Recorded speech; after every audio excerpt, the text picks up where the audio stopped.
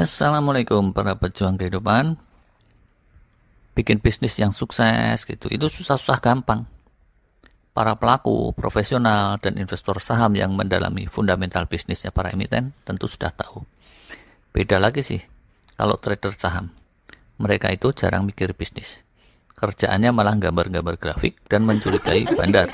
Mending kalau bandar saham, malah bandar jengkol segala dia curigai. Wah, saya punya nih satu cerita kecil tentang bandar jengkol. Namanya sebut saja Mat Karyo. Dia tinggal gitu ya di pulau terpencil dan terisolir. Untuk mengembangkan bisnis jengkol, dia makin lama terus butuh permodalan, butuh duit. Terus datanglah si Kromo. Cak, kalau butuh duit untuk modal dagang gampang. Nih, saya kasih 10 juta. Tapi sebulan nanti balikin loh ya, 11 juta kembalinya. Wah, Karyo pun mikir, keuntungan dagang dari jengkol per hari 35%.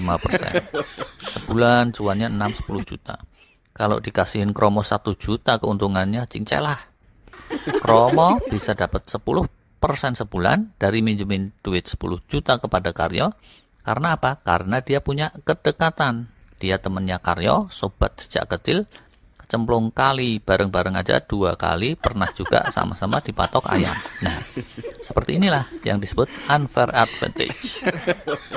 Unfair advantage bisa jadi salah satu hal yang bikin bisnis itu sukses dan lumintu. Nah, bahasa Inggris itu kalau unfair advantage, sedangkan lumintu tadi, nggak tahu itu bahasa Jerman atau bahasa mana.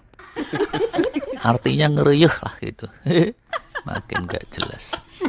Kalau om kita Warren Buffett, itu bilangnya bukan unfair advantage, dia bilang economic moat, parit pertahanan atau tanggul ekonomi lah gitu terjemahnya.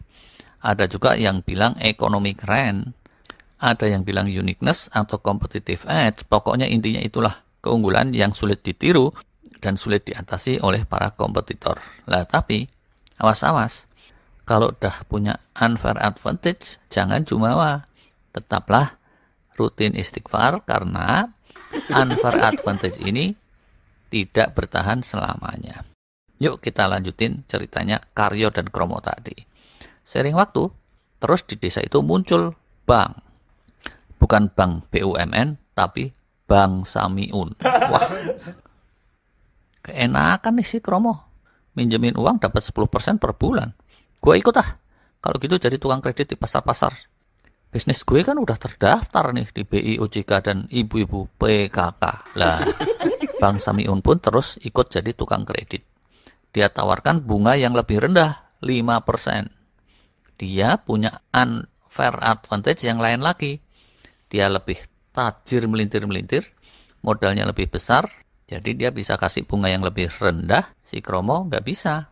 Walaupun Kromo dan Karyo teman sejak kecil, berhubung charge-nya 10%, ya udah pret. Juragan jengkol pun terus kentut sekalian, bikin ayam-ayam gelimpang. Ronde berikutnya, datang lagi orang tajir yang lain, Haji Juki.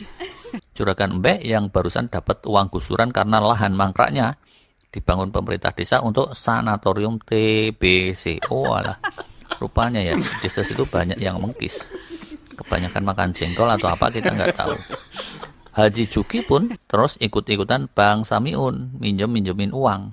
Wuih, warga sekalian, sekarang minjemnya sama gue aja. Bagi hasilnya cuma 2% bro and sis. Ini lebih sesuai syariah. Hah? Bisa ngesun syarifah? Sesuai syariah, budek. Wah, ada yang salah nangkep juga. Oh, syariah, ini nih yang kita cari. Warga pun terus beralih ke Haji Juki. Apalagi yang sama-sama pesantren. Satu alma mater nih, dia tajir juga dan bagi hasilnya 2% pula. Dengan pola syariah. Terdaftar juga jadi agen laku pandai. Sama aja nih, sama Bank Samiun. Nah, tapi catatannya di sini. Pola syariah yang ditawarkan Haji Juki, ini bukan kehitung unfair advantage. Walau bukan lulusan pesantren, Bank Samiun kan bisa niru pola syariah juga. Bahkan dia bisa menurunkan bagi hasilnya jadi 1,5%. Dan terus terjadilah persaingan terbuka. Begitulah, manakala tiap-tiap pemain tidak lagi punya unfair advantage yang unik, persaingan terbuka tak terhindarkan. Terus cerita berlanjut, Lagi kenceng-kencengnya Haji Juki bersaing dengan Bang Samiun, alkisah muncullah para milenial, si Eis dan Teh Kokom. Mereka menawarkan kredit modal kerja gaya baru ala digital fintech masa kini. Ini desa terisolir tapi kok canggih ya. Si Eis dan Teh Kokom pun terus promosi. Ayo, yang bisa member get member di tempat kami bunganya sebulan 0%. Waduh, 0%. Haji Juki dan Bang Samiun pun melongo. Warga pun jadi mikir juga. Apalagi terus si Eis dan Teh Kokom kasih gimmick tambahan. Nggak cuma dapat bunga 0% kalau member get member, tapi ntar pulangnya ditemenin sekalian oleh kami. Udah gitu, kalau sampai rumah kakek begal-begal nanti kami pijitin sekalian. Gubrak.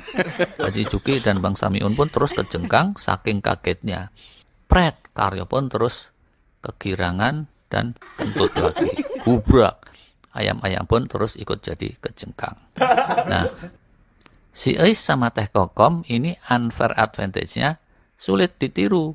Oke lah, kalau member get member itu bisa ditiru siapa juga. Tapi nggak tahu lah ya. Kalau para penonton yang belum subscribe ke channel ini mungkin lebih suka dipijit oleh Haji Juki sama Bang Samiun. Silahkan aja. Tangannya kapalan semua tuh, dijai. Sedangkan kalau para nasabah yang sarapannya mantep kayak Mas Karyo tadi, tentu lebih memilih para kembang desa kemana-mana, ya kan? Oi, sama Kokom Komarnya, selain jemarinya lebih lentik, lebih inspiratif gitu namanya daripada Karyo, Bang Samiun, atau Haji Juki. Begitulah pemain digital dan fintech atau entrepreneur pada umumnya. Kalau mau sukses dengan lancar jaya, carilah unfair advantage yang seperti itu, yang sulit ditiru sama kompetitor. Itu bank juga ya. Kalau ada yang nekat mau mendaftarkan produk baru berupa kredit usaha rakyat plus jasa pijet, nah ini kan pasti bisa bikin BI garuk kepala kan ya. Ini produk perbankan atau bisnis kebugaran. Nah, karena sulit ditiru, unfair advantage. Cukuplah sampai di sini. Terima kasih. Ada yang jalan ke sini. Ada yang jalan ke sini. Nanti ini supaya jalan.